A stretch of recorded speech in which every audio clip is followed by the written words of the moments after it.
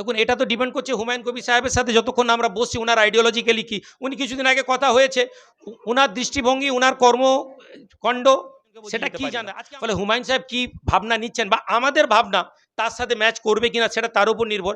অবশ্যই আমরা সকলের কাছে আপিল করব যে আমরা একটা তৃতীয় শক্তি তৈরি করে এই ভোটটা লড়াই করি, যাতে কোনোভাবে বিজেপির কোনো জায়গা বাংলায় না হয়ে যায়। দেখুন শাসক দলের ভাঙন ধরানোর জন্য আমরা আসিনি, না তো অন্য কোন রাজনৈতিক দলকে ফায়দা দিতে এসেছি। আমাকে এই প্রশ্ন কেন করছেন যে আপনারা কত সেকুলার হবেন? আমার কোন কাজের মাধ্যমে আপনার মনে হলো যে আমি নন সেকুলার? আপনার কি এতক্ষণ আমার বক্তব্যে, আমার কোনো অ্যাক্টিভিটিসে আপনার কি মনে হয়েছে যে আমি কমিউনাল? শ্যামাপ্রসাদ বন্দ্যোপাধ্যায় বাংলার মানুষ, তাহলে কি তৃণমূল সাথে শ্যামাপ্রসাদ বন্দ্যোপাধ্যায়ের যে আইডিওলজির সাথে তৃণমূল সরকারের যোগ আছে? দেখুন এটা একেবারে মানে বাংলা, যেটাকে বাচকানা সওয়াল বলা হয়। কলকাতাতে অনেক লোক বিজেপির আছে, তার মানে কি তৃণমূল সরকার? ফলে কেউ কোনো, যে জেলার মধ্যে থেকে তিনিও এসছেন, আমিও এসেছি, কলকাতাতে বিজেপির অনেক লিডার আছে, তাহলে বিজেপির সাথে কি আমরা তৃণমূলকে প্রশ্ন করব? বাট এটা কেন করা হয় আমি আপনাদেরকে বলি। কেননা আমার মাথায় টুপি আছে। আমি, আপনি বলবেন যে আপনি মাইনরিটি ট্রাম্প খেলা শুরু করে দিয়েছেন। না না, ট্রাম্প কার্ড খেলছি না। বাট এটাই প্রশ্ন যে আজকে আপনি এটা কিন্তু কখনো তৃণমূলের কোনো লিডারকে প্রশ্ন করেন না যে আপনার সাথে কি বিজেপির প্রশ্ন আছে। যখন আমরা দেখি যে মোহন ভাগবতী যখন এখানে আসেন, আমাদের রাজ্য সরকারের পক্ষ থেকে তাকে মিষ্টি পাঠানো হয়, কটা মিডিয়া এটা নিয়ে প্রশ্ন তুলে না। কিন্তু ইনকেস যদি এখানে কোনো বিজেপির কোনো টিমের নেতৃত্বের সাথে কোনো লোক এসে যান, আজকে প্রেস ক্লাবে আমার সাথে দাঁড়িয়ে কথা বলে নেন এবং সেই ছবিটা তুলে কালকে আপনি বলবেন যে এই দেখো বিজেপির লোকজন। আমরা গত কয়েকদিন আগে হুমায়ুন সাহেবের একটা ছবি দেখে ভাইরাল করে, এক তো লুকিয়ে স্ট্রিং অপারেশনের নাম করে আপনারা যেটা করার চেষ্টা করেন, এই সেম কাজ তো সমস্ত হয়, কিন্তু অ্যাজ এ মুসলিম এটা আলাদা করে প্রমোট করা হয়, আলাদা করে প্রচার করা হয়। একটা রাজনৈতিক দল প্রচার করে, ঠিক আছে, তাদের কাছে একটা লড়াইয়ের জায়গা, কিন্তু মিডিয়া যখন এই প্রশ্ন করে, মিডিয়া যখন এই কথা বলে, তখন মনে হয় মিডিয়া বায়াস হয়ে আছে। Thank you. ম্যাডাম আপনি প্লিজ। ম্যাডাম আচ্ছা আমি যাকে বলে দিও তাহলে সুবিধা। ম্যাডাম আপনি প্লিজ। ম্যাডাম আপনি।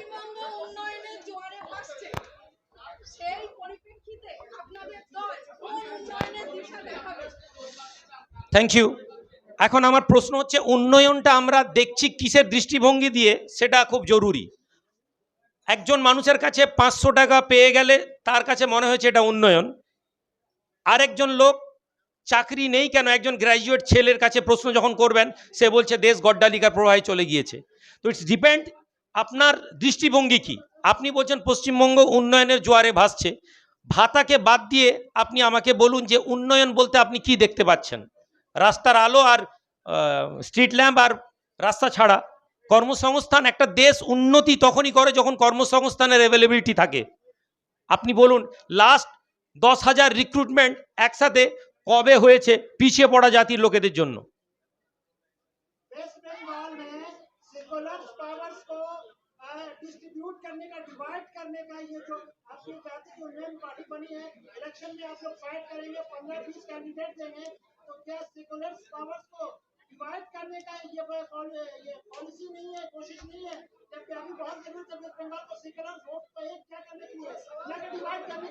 Okay thank you. मैं बताता हूं आपको। आप एक मिनट, आप कौन से मीडिया से हैं? ये बताइए कि सेकुलर का मतलब क्या है और सेकुलर को जोड़ना है कब तक? मान लीजिए, पहले सुन लीजिए, मान लीजिए अगला 30 साल यहां पे तृणमूल गवर्नमेंट का सरकार रहे, तो फिर कोई पिछड़ा हुआ लीडर, कोई माइनॉरिटीज लीडर अपना आवाज ना उठाए?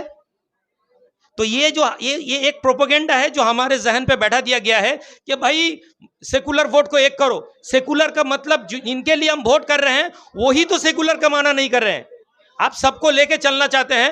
लास्ट तृणमूल सरकार के एमएलए के डिस्ट्रीब्यूशन को देखिए, शुरुआत से लेकर आज तक, और आप हमें बोल रहे हैं कि हम वोट तोड़ रहे हैं, या फिर माइनॉरिटी को बीजेपी का डर दिखा के आप इनको गुलाम करने का प्रोग्राम कर रहे हैं। जैसे इंडिया में, पूरा इंडिया में बीजेपी सरकार पिछड़ा हुआ लोगों को हिंदू राष्ट्र के नाम पे उन लोगों को गुलामी की तरफ ले जा रहा है, और आप चाहते हैं कि यहाँ के बंगाल सरकार हम लोगों को एज ए मुस्लिम गुलामी की तरफ ले जाए। भाई बीजेपी आ जाएगा, ये नहीं है, प्लीज।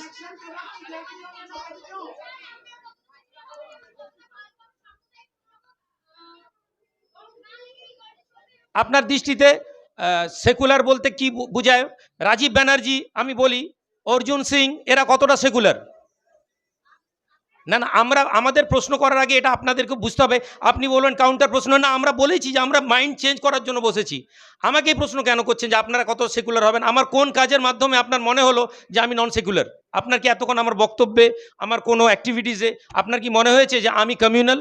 যদি আপনার না মনে হয় তাহলে আপনি কেন প্রশ্ন করছেন? আপনি কি এই প্রশ্ন রাজীব ব্যানার্জিকে করতে পারেন? আপনি কি এই প্রশ্ন কুণাল ঘোষকে করতে পারেন? আপনি কি এই প্রশ্ন ইভেন বিজেপির কোনো লিডারকে আপনারা করেন যে ভাই আপনি কতটা সেকুলার?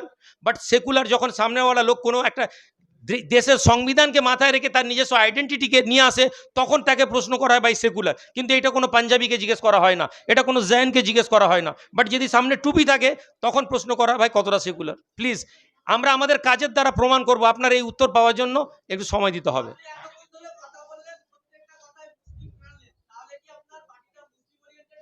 কোন কথাটা মুসলিম টেনেছি আপনি বলুন?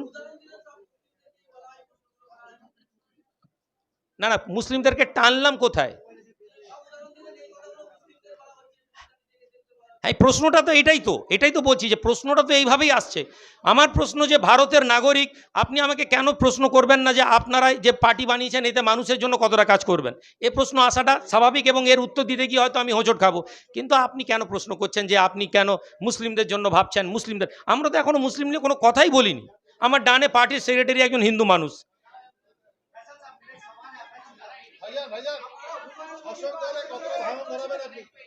দেখুন, শাসক দলের ভাঙন ধরানোর জন্য আমরা আসিনি, না তো অন্য কোনো রাজনৈতিক দলকে ফায়দা দিতে এসেছি।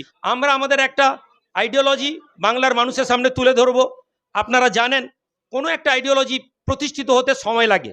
ফলে আমরা আজকে এসেছি আর কালকেই একদম কিছু করে দিয়ে সরকার পরিবর্তন হয়ে যাবে এমন তো কথা না। আমাদের স্পোক্স পার্সন বলেছেন 15, মেবি ওটা 25ও হতে পারে, আবার 5টা কমতেও পারে।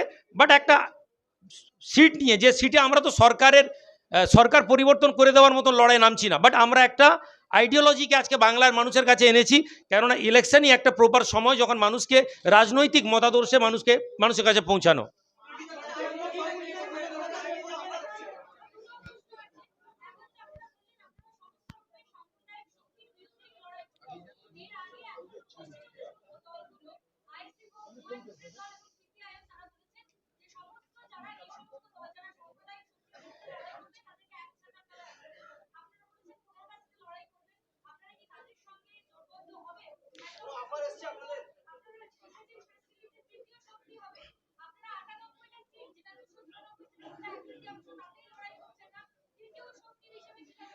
এইখানে যে তৃতীয় শক্তি বলা হয়েছে, এই তৃতীয় শক্তিটা এই টিমগুলোর সাথে নিয়েই তৃতীয় শক্তির জোটের কথা আভাস দেওয়া হয়েছে। এটা এমন শুধু আমাদের জন্য নয়, বরং আমরা একটা তৃতীয় অক্ষ বা তৃতীয় শক্তির যে বিষয়টা বলেছি, সেটা আপনি যে রাজনৈতিক দলগুলো বললেন, এবং এরা নিঃসন্দেহে রাজনীতির লড়াইয়ে দৌড়ে ওরা আমাদের থেকে অনেক আগে আছেন। ফলে আমাদের তাদের কাছেও আপিল থাকবে, একটা সাম্মানিক জায়গায় দাঁড়িয়ে যদি আমরা সিট আন্ডারস্ট্যান্ডিং করে নিতে পারি, অবশ্যই আমরা ভোটকে নষ্ট হতে দেব না। এবং বাংলার মানুষের কাছে এটাও আপিল থাকবে যে যতক্ষণ না আপনারা আপনাদের ভোটকে প্রপার ওয়েতে ইউজ করতে পারছেন, ততক্ষণ পর্যন্ত কখনো আমরা আমাদের লক্ষ্যে পৌঁছাতে পারবো না। ফলে তৃতীয় শক্তিকে আমরা মজবুত করার উদ্দেশ্যেই করছি।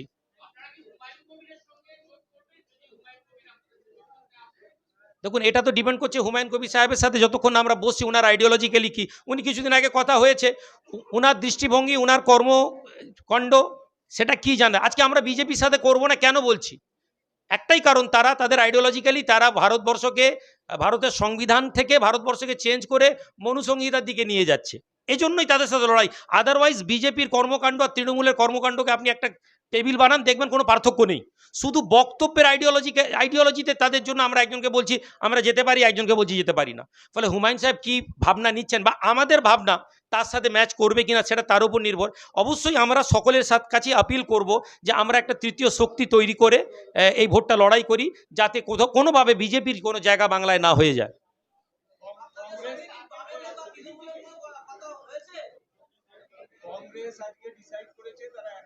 হ্যাঁ,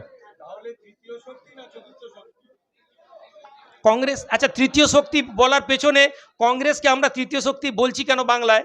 আজকের দিনে বামেদেরকে আমরা তৃতীয় শক্তি কেন বলবো?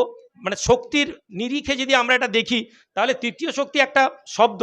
ফলে কংগ্রেসকে বাংলার মাটিতে কোনোভাবে তৃতীয় শক্তি বলার কোনো জায়গা নেই। সেই তুলনায় তবু আমরা সিপিএমকে তৃতীয় শক্তি বলতে পারি বা বামেদেরকে তৃতীয় শক্তি বলা যেতে পারে। বাট এই তৃতীয় শক্তি যেহেতু বামেদের একটা উদ্যোগ আছে সবাইকে নিয়ে চলার, ফলে আমরা বলছি। ফলে চতুর্থ শক্তি আপনি কংগ্রেসকে বলতে পারেন, বাট আমরা তো অবশ্যই নয়। একজন একটা প্রশ্ন করুন তাহলে। জি।